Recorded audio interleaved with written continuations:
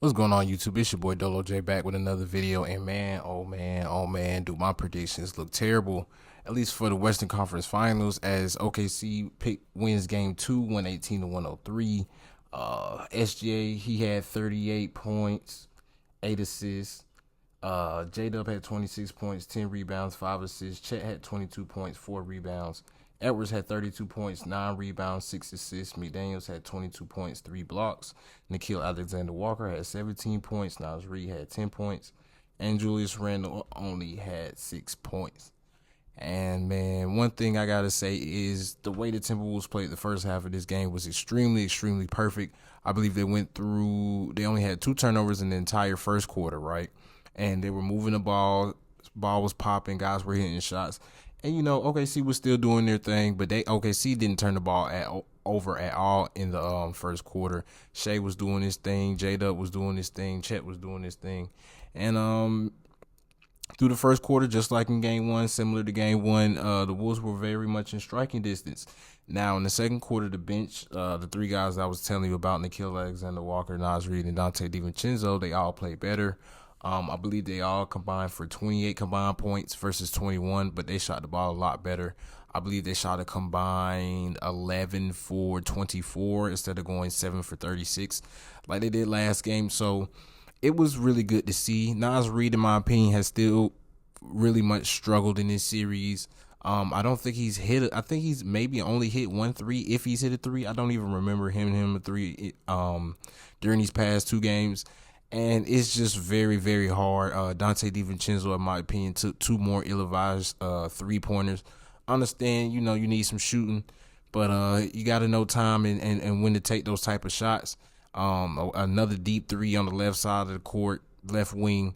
Another, 28, 29, I wouldn't say 28, 29 footer, probably maybe 27 feet, something like that. But it was just, some ill-advised shots. And like I said, Nas Reed has really been struggling. The 3 ball hasn't been falling. The Thunder size and defense, the way they play defense, it's really been, hard for him to maneuver and operate and get off. And Gobert's not really been given much of anything in the series as well. So the trade-off for the two is kind of hurting. You know what I'm saying? Because you want to put Nas Reed out there because he's a better shooter. He can put the ball on the floor. He can score. He can hit free throws and stuff like that.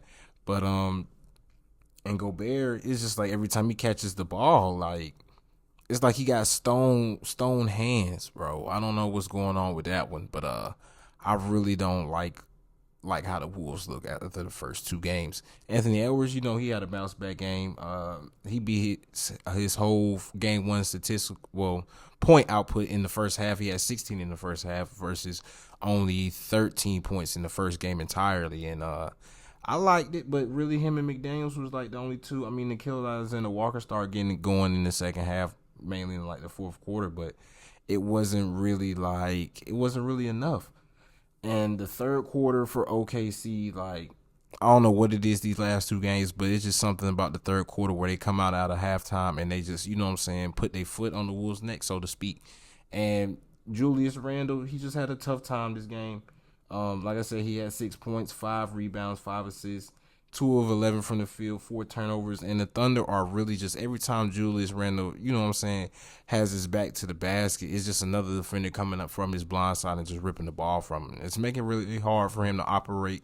He's more of a back to the basket player. He does some face up, but for the majority, mostly he's just a back to the basket player. And with the type of team, how the Thunder swarm and, get hands in the passing lanes, put hands in the cookie jar and just pressure the ball in general, it's hard for Randall to operate because, he likes to back you down, take 2 dribbles, pick his dribble up, look over his left shoulder, look over his right shoulder.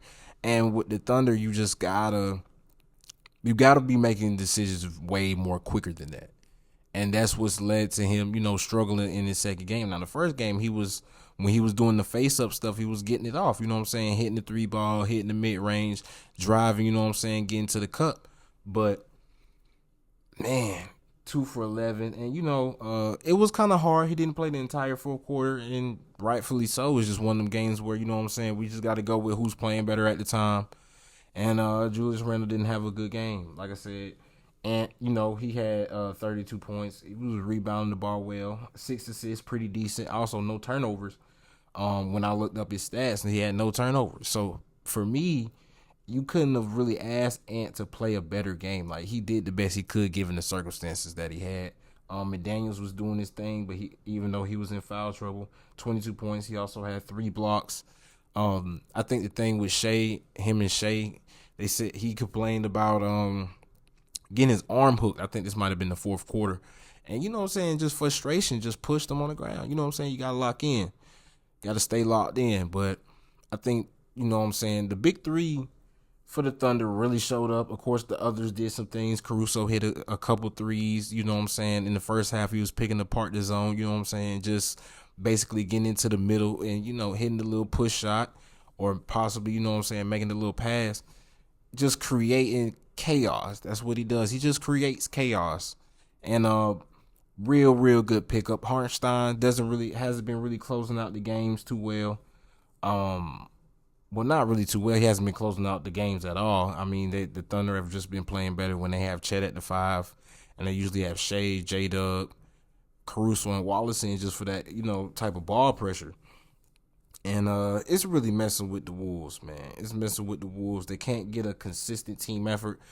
Granted, OKC is definitely a hard place to play.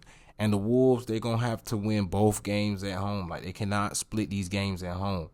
If they split these games at home, then they're probably going home in 5 games.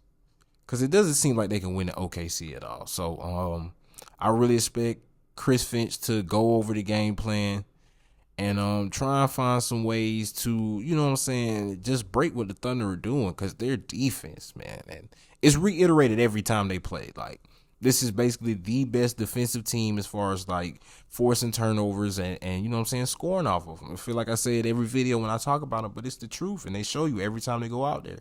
Like, it's gonna be real hard to beat this team. And my opinion was, like, you know what I'm saying, over the course of the series that it was going to get worn down. But I don't know, the way they rotate guys in and any guy can step up on any given night. Like, it's been a couple nights I was watching them during the regular season where Aaron Wiggins was going crazy. I think it was a Celtics game I was watching when they was going against the Thunder, and it was another team I can't remember. I want to say maybe the Cavs possibly as well.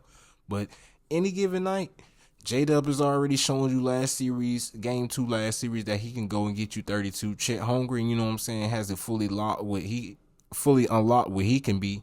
And the thing they got with him and Hartenstein, that big to big, you know what I'm saying, tandem, is very good. They're working very well together. And you know what I'm saying, Thunder are just an enjoyable team to watch. It's hard to say you don't like watching them, whether they're your favorite team or not. Just as a general NBA fan, it's just hard to, you know what I'm saying, not like a team that plays together. Everybody, you know what I'm saying, shares the ball. Of course, they know the pecking order. You know, it's Shea, J-Dub, then it's Chet. But at the same time, they know if it's somebody else night, they let them rock out.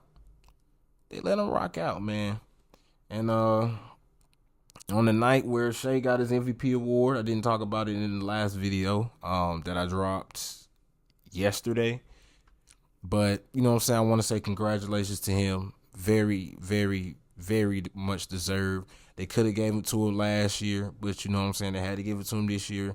And part of the reason why I didn't speak on the MVP race, because in my opinion, I didn't watch enough games, and what I was seeing from both guys, I can understand if you're just going off purely stats. Jokic, you know what I'm saying, Jokic should have got it. But if you want to take team winning and consistency into it, then you got to put the Thunder in. So I think ultimately that's what it is, along with a little bit of voter fatigue as well, because 9 times out of 10, since I've been a fan of the NBA, I don't believe anybody has won the award 3 years in a row.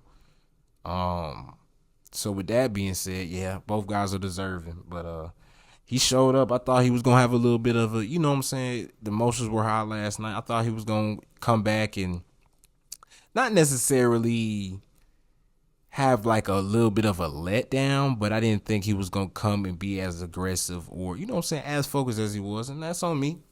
You know what I'm saying? With a player like him, his caliber, I need to, you know what I'm saying, put a little bit more respect on his name, and I will. But Yeah, man, the Wolves. It seems like they're in trouble, man. It seems like they're in trouble, because it's like the first half they be good, they battle back and forth, and then you know what I'm saying. The third quarter starts, and they still be back and forth, and then OKC just flip a switch, and then it's just basically over with at that point, man. So, I know I rambled on enough.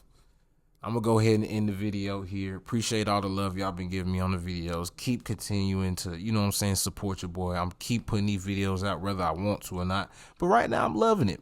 I'm loving it. You know what I'm saying? I ain't big yet, but I will be.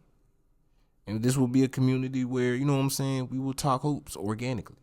But this has been your boy Dolo J. I'll see y'all next time, man. I'm signing out. Peace.